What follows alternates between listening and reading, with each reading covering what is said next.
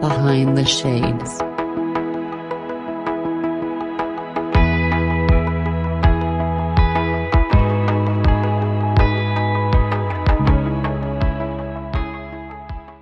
I am an online fitness coach for women, helping women, reach their fitness goals in a sustainable way.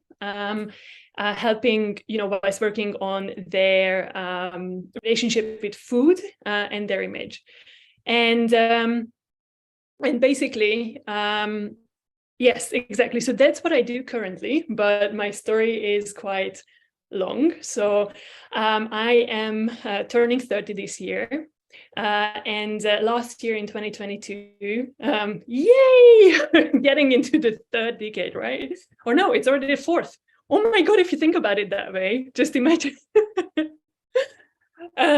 Yes, exactly. And basically, I am now a full-time online fitness coach, but this is quite new. So I worked in marketing, as a 9 to 5 normal, like project manager in marketing until July last year, so 2022. And that was the point where I said, okay, I think I'm going to go all in on my own business. And it's been a journey, let's just say that, because beforehand I was living a really, really good life, and I feel like privileged. I went to university, and then I started working in marketing, and I was in a long relationship, and we started building up my life. I had a really good job. I had friends, I had a car, I had everything. But at the same time, I just felt that there is something more. And so I felt a bit like, I knew that there's something more out there for me. And I started getting into self-development, and that happened through fitness for me. So that meant that I started going to the gym, and I started realizing that going to the gym, I gained a bit more self-confidence, and I started, be more self-aware and all of that. And through that, I started my side business, which was fitness coaching, which I started on the side, in the evenings and on the weekends. And within 2 years, I realized that, okay, I think, it's time to go all in. So it was last year, the point where I said, this is it. I resigned from my 9 to 5 and I went all in. I don't know if it made sense. But yeah, I hope that it made sense. No, it did, because for me, I'm working a 9 to 5 job, white collar, more white than the shirt that I'm wearing now, right? But you're trying to figure it out. You're trying to say, hey, there's probably more to this crazy world than me working for someone else and maybe not getting out my dreams or my ideas that I want to do. So take us through the very beginning. You mentioned that you started your fitness journey because you went to the gym and then you realized, hey, I can help people the same way I'm helping myself. But at the same time, you're in an environment where, to a lot of people, Patricia, you have everything that many of us want. You have the relationship, you have the car, you have the house, but you wanted more. So how did that start to develop in your mind that I think there's more to this crazy life than what I'm living right now? Yeah. So it's been a process, right? So I think when I started working in marketing, after university, at university, I was a party girl. So I was just like drinking and partying and studying, obviously, at the same time. And then when I started real life, I got a job. And then I was still okay, I was working. And then in the weekends, partying, and then at some point I was like, there must be more to life than just working and drinking, right? So I started thinking, okay, who am I outside of drinking and working, you know, like what if I lose my job? Like what happens to me? Like, who am I? Like is a basis. Like, you know, I started questioning, like I kind of had like a quarter life crisis at 25, you know, let's say that's how I call it. And I was like, okay, who am I? What are my hobbies? Like, you know, and then I was like, well, I like reading. Everyone likes reading. Like what? Like is that even a, you know? So that's when I got into fitness. And then more and more, it was like, oh wow, I can do hard shit, you know. And then this like whole self-development, I basically I got certified as a fitness coach, as a personal trainer, and then I was like, yeah, I can help other people through fitness discover this about themselves, this self-confidence of like, yes, you have to show up even on days when you don't want to, that, you know, there is no cheating in the gym. Like you can't cheat in life in the gym in the way, because a weight is a weight. And if you can, you know, like you have to like train yourself and go there every day, or like, you know, every week, and train yourself to be able to go up in the like the weights that you're lifting as well. And if you're not doing it, no one else is doing it for you. Same with fat loss, right? Like no one else is going to, you know, tell you not to eat whatever, or, you know, it's like you have to do it for yourself. And so through fitness, I found this like self-confidence, and that I can rely on myself. And like this feeling, obviously, like with the years, it got stronger and stronger. And that's when I was like, okay, I started my business on the side. And in the beginning, I was like, what am I doing? Like, who let me do this? Like, am I really allowed, like without supervision, you know, to do something like this? And so all of these feelings of like questioning myself all the time, they like, I got, you know, more like fitness literally helped me through all of this, because like my self-confidence was building up the whole time during this. And I do have to add that I also prepared for 2 bodybuilding competitions. So I did get on stage, you know, like stage lean, like I did the whole like extreme dieting as well, and like the discipline and all of that. And yeah, and like honestly, yeah, it's just like, sorry, it's a super emotional journey for me. And then it was also like there is a lot of questioning. There was a lot of questioning myself about like, you know, should I go full time with my online business or not? Because as you said, I had this traditionally beautiful life. No, it was beautiful, and everyone was telling me like, you have the perfect life, you have a beautiful flat, you're in a relationship, you know, you have a car, you have a stable job, you have everything. And my job was like fun, like I really enjoyed it, you know, as well, my 9 to 5, I mean. So I like, honestly, like it was not wrong, but I still felt that there is something else out there for me. And so for months and months, I was questioning myself, like, why would I leave this? Everyone is telling me that it's perfect, but for me it was like, is this really perfect? And it was like this whole of like, am I being ungrateful for my life? And I was like, I was so grateful. I'm like, I'm so privileged, like, you know, that I have all of this. Like, how am I going to leave this? So there was a lot of like all of these questions in me. But at some point, I think it was also like very closely related, like with my relationship, that when that ended, then I said, okay, if that part is ending, then I'm just gonna go like, you know what, fuck it. So sorry, am I allowed to swear? Sorry. But I was just like, okay. But I was just like, you know what, like, okay, relationship is ending, then this is the time. This is the time, I felt it, that I'm going to resign from my job. I'm going to sell 80% of my belongings. You know, I sold my car, we sold our furniture. I gave away like 80% of my clothes to like charity. And currently I have 2 big suitcases, and that's my life. And so if you tell me tomorrow that you have to move to Lisbon, Portugal, I'm like, I'm here. You know, I get my 2 suitcases and I go. So basically I made myself location independent, but that was obviously based on the work that I had been doing for the 2.5 years before, or the 2 years where I had been building up my online fitness business on the side and in the evenings. So I think, it wasn't just like from one day to another.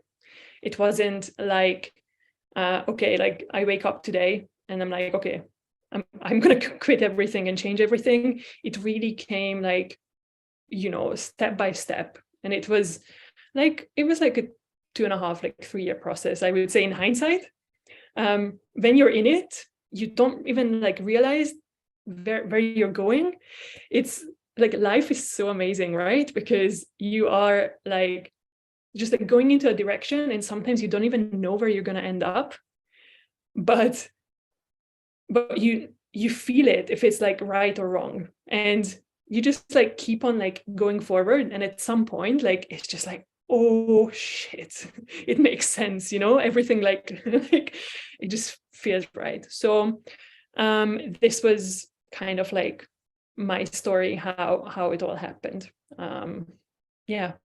And I think one of the best comparisons that I can give is, since you mentioned it, it's like a relationship.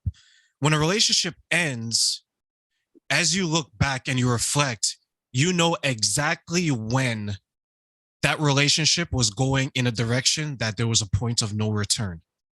You can go back and say, March 1st. That's when it was going to go downhill. You know what I mean? But when you're in it, you're like, okay, this is all right. I can still navigate it. But when it ends, that's when you realize 12 months ago is when I should have stepped away. For you, you said it was a 2.5 to 3 year process, but I'm pretty sure people on the outside are looking like, Patricia's kind of crazy. She just got up and ended everything. She quit her job, her relationship's over. She doesn't even have a closet. Like, what woman doesn't have a closet? Right? They're trying to figure everything out. But for you, you knew that, hey, this part of my life is over. I need to reestablish and redefine myself. And I can't do that holding on to a past me, because the new me is someone who's totally different. So Patricia, when you compare the two, how much have you changed when you compare yourself how you were back then, when you were living this quote unquote perfect life that a lot of people are telling you, to now where you're living the perfect life, but it's the perfect life for you? I mean, it always seems perfect from some perspective, but it's never perfect. It's just life. That's what I would say, because I lived the traditionally, like the by society, like the definition of a perfect life by society. I lived that life, and now I'm living the perfect life of like, oh my God, you can go anywhere you want, you have your own business, you can work whenever you want. Yes, but that also has its own like things, but let's say that the difference is like in terms of work, or like job, like profession and career, that I can, okay, so I'm really doing work that fills me with purpose. So when I see my clients and like work through their issues with their body, with their relationship with their food, and they get stronger, and they get and they want to like perform better in the gym, like that's the thing that really fills my heart with purpose. So I am really doing a job that at the end of the day, I feel like I'm making a difference in people's lives. And I think like that's one of the basis of happiness in life, to do something that gives you purpose, and that that you're really adding value to the world. That's one. So I think that's like the deepest. Because before, like I was working in marketing and I was doing very fun projects, and very cool like outcomes. But at the same time, I was just helping big companies make more money, and not like directly impacting women and women's life. So I think like from the career perspective, that's the big difference. And from everything else, like I was dependent on a location because of my job. So obviously then when I said, okay, I'm doing a different job, then I questioned the location that I was in. So I was in Austria and I always wanted to live further down south, Portugal or Spain. I said it. And so I was like, okay, then could we actually think about doing that, getting closer to that or discovering that? And now, I've spent the last year, traveling around a little bit. And I also reconnected with my family because I had time to spend back home because I wasn't connected to another location because of my job. So I also spent some time at home, which is Budapest, Hungary. And I really reconnected with my family. So that was beautiful as well.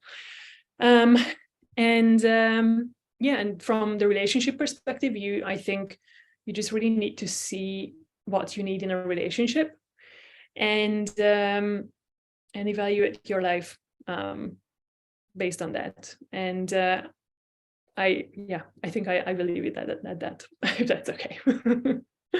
So for the women who are listening and the women who may be observing this beautiful transformation you've gone through, Patricia, sometimes they may feel additional pressure because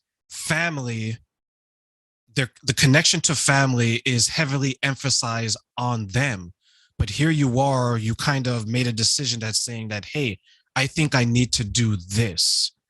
Like, how would you want to speak to the women out there who feel that maybe they can't do what you're doing because they're either feeling a certain type of pressure to continue to stay in a situation that's no longer fulfilling to them, or they may feel that I'm a mom, I'm a wife, I'm supposed to do this and everything else should just remain as a dream?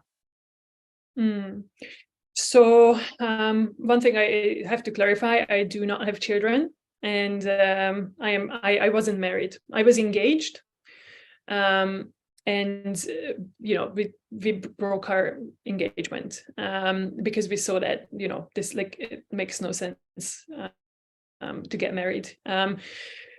But so I do not want to give advice or my opinion on how to deal with when you have children involved. That is I would like to that's not my territory. So but other types of pressure, what kind of pressures do you mean? Pressures from family, from parents and stuff, or what type of things do you mean? Well, I would say more so, not necessarily pressure for family. So let me clarify. So I think the majority of the pressure in that situation would probably come from those around you. Like, let's say your friends or maybe family members, like your inner circle, because when there's children involved and you're married, it's a different type of, you view things differently. But when you're, let's say, in a long-term relationship, or as you mentioned, when you're engaged, it's more so the pressure from people around you, like your friends. Is that something that you went through? And if so, how did you deal with it? And maybe that can help those who may be experiencing something similar.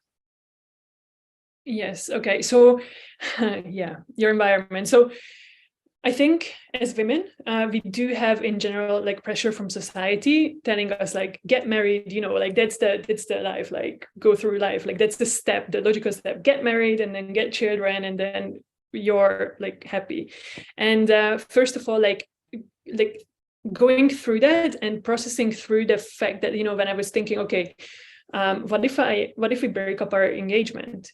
Do I fail as a woman, in the eyes of society, because I have a failed engagement?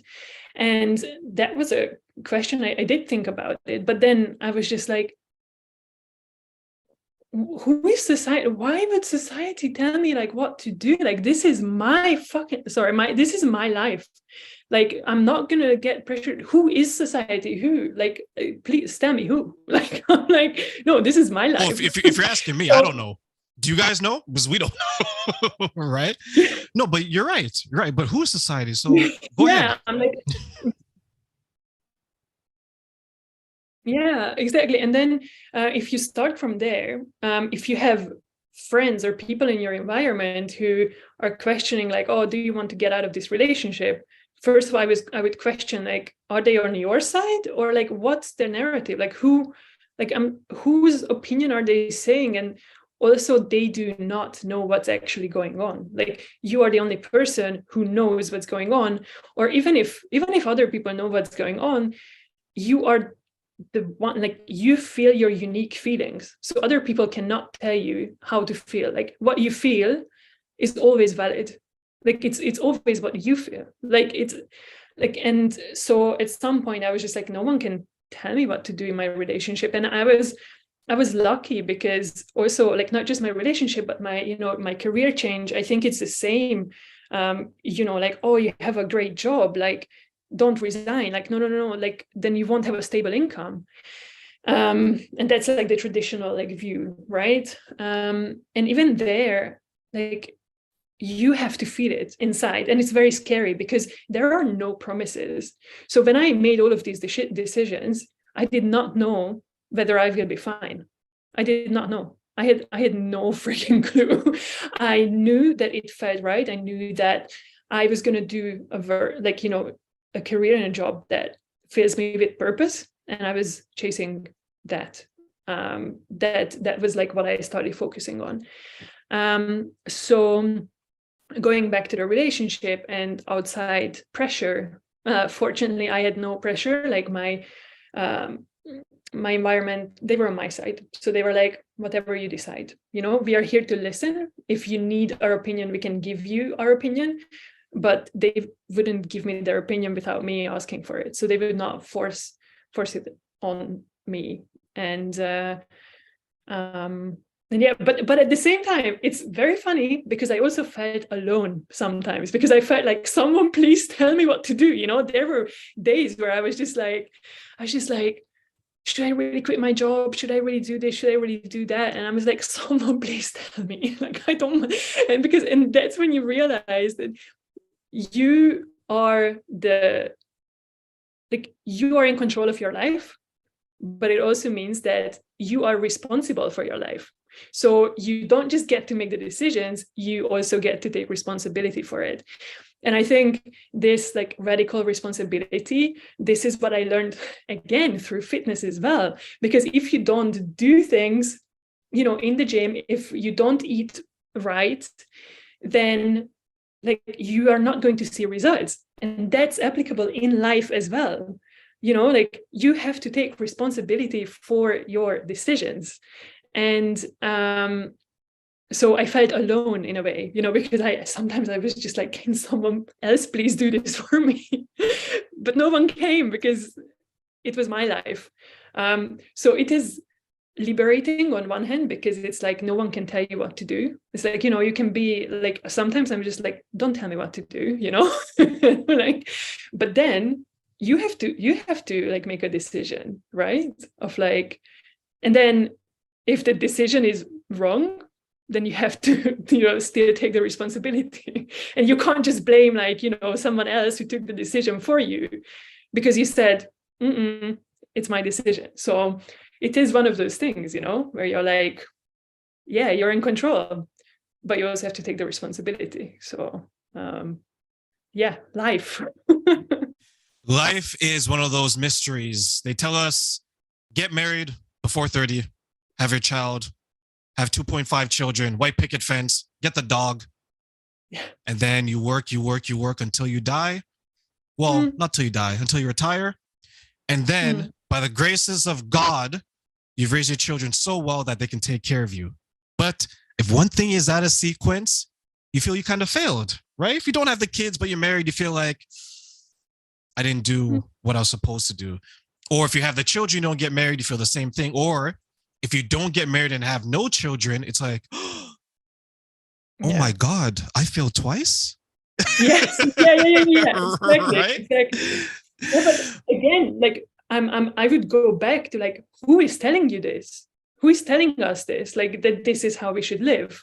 No, we can create our own rules, like, within, like, you can't, like, there are, like, basic principles of like not harming other people whilst you're making your own way, like, I'm always about kindness, showing up, like, be open, be kind in your heart, always. Assume the best of people. Obviously it's hard sometimes if you have like personal experiences that tell you otherwise, but but otherwise, like, if you show up with kindness, you can create your own life and how you want to live. And if you call a family just your partner, or your family can be just a dog, that this is my dog and this is my family, like, you can, like, it's, anything is possible. Anything.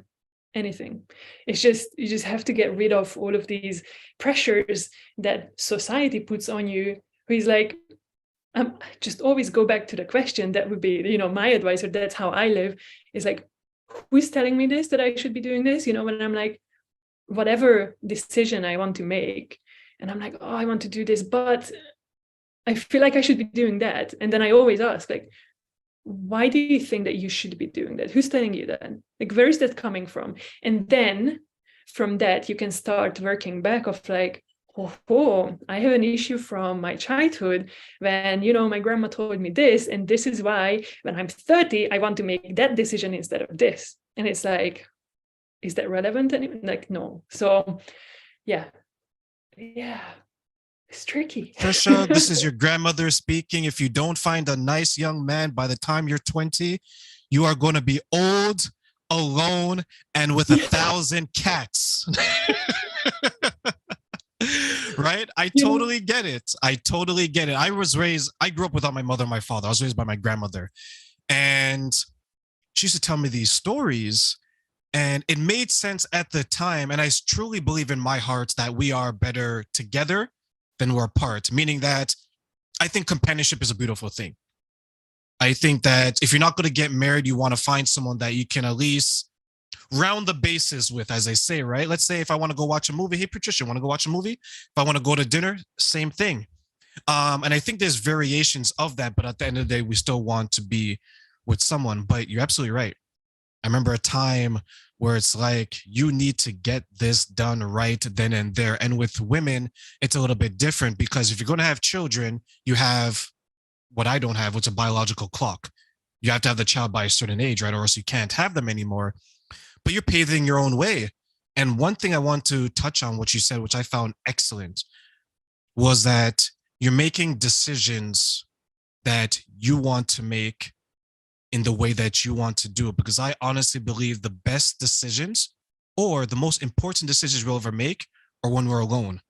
When we're sitting and we're just like, okay, I'm going to quit my job. I don't know if this is going to work out for me. I want to sell everything and just have 2 suitcases. Terrain, I want to go to Portugal. You're coming? Well, I don't know, Patricia. No, we're going. Right? Like, you have to figure it out. Like, how did you get to that state of mind where it's like, F everything else, I'm going to do me, with my neck twist, with my neck and everything, and my finger waving? How did you get to that point, Patricia? Oh, yeah. So it is spending time with yourself. That is definitely a huge part. And I think a lot of people nowadays, it's like there's so much noise. There's always something to do. There's always somewhere to be. There's always something to listen to. Like, even like, always like podcasts, music, always like there's something. And I'm like, silence. Like, sometimes like just like be silent and deal with your own thoughts. It's freaking hard. Like, I'm telling you, like, just like really just like sitting and just like, I'm not doing anything. And you feel this like thing of like, okay, where's my phone? Like, and I'm like, no. So I think like being with yourself, it's very, very important. And that's where all the thoughts come. And you have to find, a way for yourself where these thoughts come like really well. I think like the shower is a perfect place for this.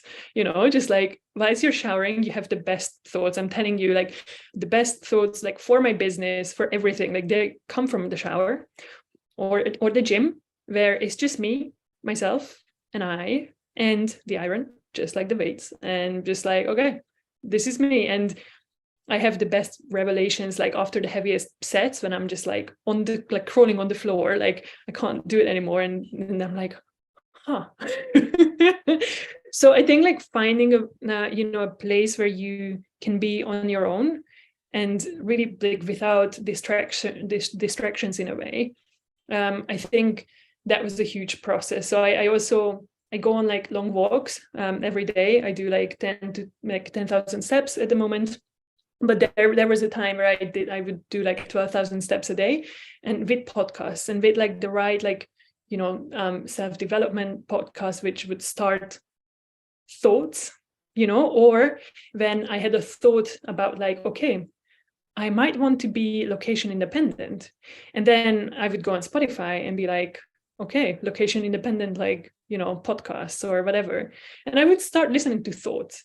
And, I was just like start reflecting. And it is a process. So you can't just do this like from one day to another. As I told you, it took me like 2.5, like 3 years altogether from like the start of this, like, let's say, self-development journey to the point where I'm like, I think I'm doing this.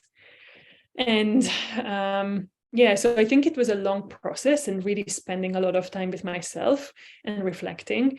And for me, it was that. I know that a lot of people journal as well. So actually, like, to talk to yourself, it's always easier when you have other people to talk to. But I didn't have too many. I had like maybe like 1 or 2 people who I could actually talk about like these things too. But it's hard because in the beginning you're just like, you don't even want to like say it out loud. Like when I first had the thought of like, what, I'm gonna like move to Portugal or whatever, like I'm gonna resign from my 9 to 5, which is like, but what do I do if I don't have a stable income? Like, what can, like, like, and all of, and I'm just like, if I say this out loud to anyone, I would be like, no, this is too scary. So for a long time, it was just brewing in my head.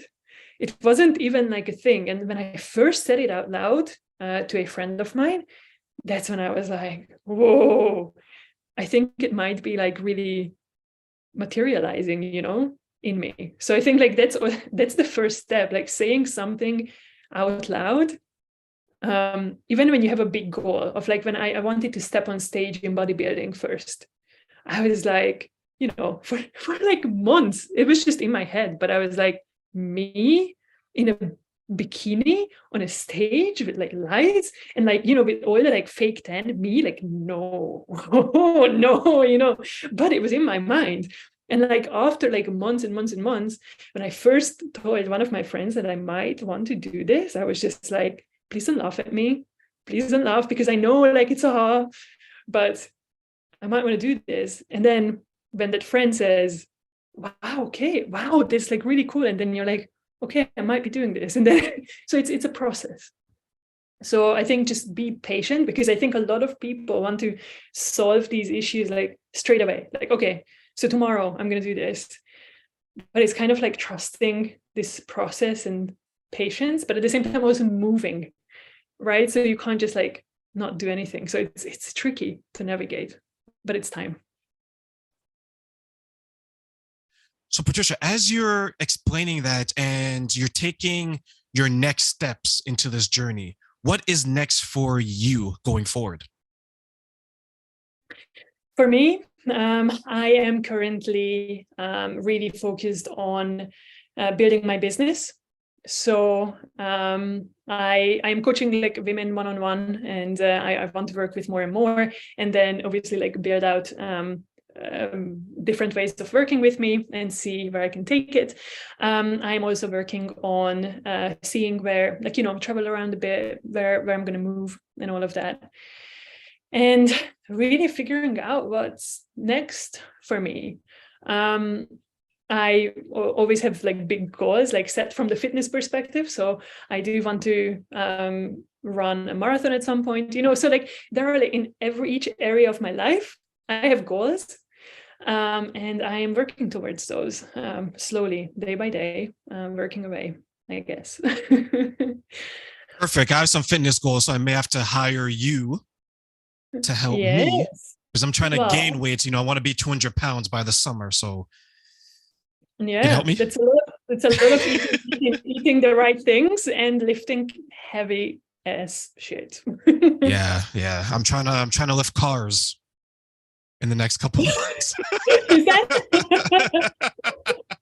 So if you see a crazy guy lifting random cars, you're like, I did a podcast with that crazy man on TV. Yes. I But told him it's like matchboxes. I'm like, yeah, you can leave those. no, I'm trying to cars in 2024 is going to be houses. I want to be like the Incredible Hulk.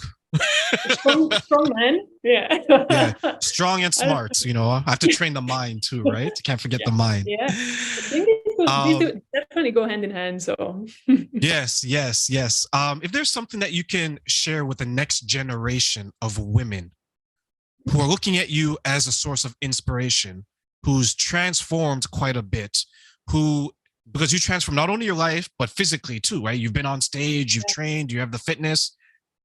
What advice would you want to give them and why? yes, it's a good one. I think for us women, listening to our intuition and to our gut is a huge thing. So I know that for myself, in my brain, I can be quite logical. So I used to be a project manager. I'm very organized and structured, and bullet points and Excel tables and all of that. So every decision I make, I always think about the practical, what's gonna happen, like on the financial perspective, on this, on that. But then there is this gut feeling, this intuition that sometimes says, okay, yeah, this might not make sense from, like the logical perspective 100%, but it feels like this is the right decision. And I think we should be listening to that feeling much more. And just there to do a bit more, because I think like men are much more daring and like it's like even like exactly even like like to launch a podcast, like I don't know how long, like what the process looked like for you, but for me, I know a lot of women that's like, oh, first I need to make sure that I have the perfect mic and that I have this and I have that, and I'm like just launch, just start speaking into a microphone. If it's your MacBook like mic, then that's it, but just start. So I think so that's going back. My main advice would be for women to listen to your gut. Don't go like crazy, like still like evaluate the realities of what you want to do, but listen to your gut, because it usually tells you the direction that you need to take.